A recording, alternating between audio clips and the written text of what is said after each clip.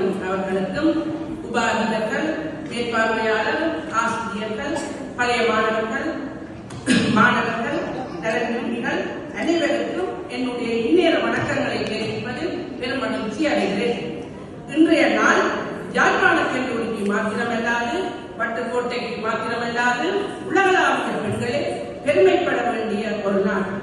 ஏனென்றால் உலகத்தில் ஆசியா கண்டத்தில் ஒரு குட்டி தீவான இலங்கையின் வடபாகத்தில் யாழ்ப்பாணத்தில் நூற்றாண்டுகளுக்கு மேற்பட்ட பாரம்பரியத்தோடு பெண்களின் கல்வியை வழங்கிய எமது கல்லூரியின் பழைய மாணவர்களாக நாங்கள் இங்கே திரண்டிருப்பதற்கு பெருமகிழ்ச்சி அடைகின்றோம்.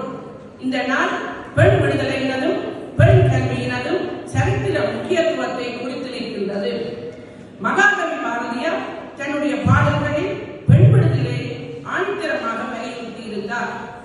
வீட்டுக்குள்ளே பெண்ணை பூட்டி வைப்போம் என்ற விந்தை மனிதர் தலைக்கவிழ்ந்தார் என்று பாடினார். அந்த பாரதியினுடைய கவிவரிகளுக்கு நமது யாழ்ப்பாண கல்லூரி செயல் வடிவம் கொடுத்திருக்கின்றது.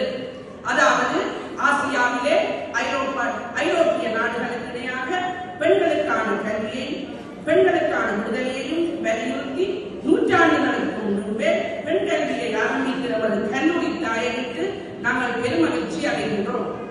அத்தாயின் கல்வரையில் குறித்த நாங்கள் இன்று கரணி என்றும் நமது சகோதர சகோதரிகள் பல்வேறுபட்ட துறைகளில் மொழிந்து விளங்குவதை நாங்கள் காணக்கூடியதாக இருக்கின்றது.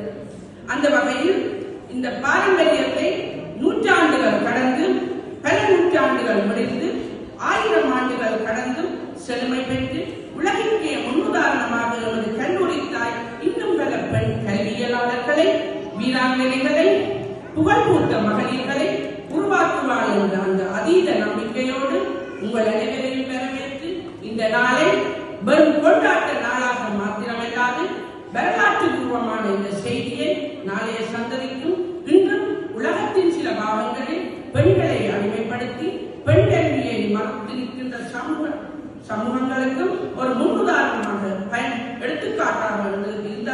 எடுத்துக்காட்டாக பயன்படுத்துவோம் என்று இத்தால் சபதமெடுத்து மீண்டும் உங்கள் அனைவரையும் வரவேற்று விடைபெறுகிறேன். நன்றி, வணக்கம்.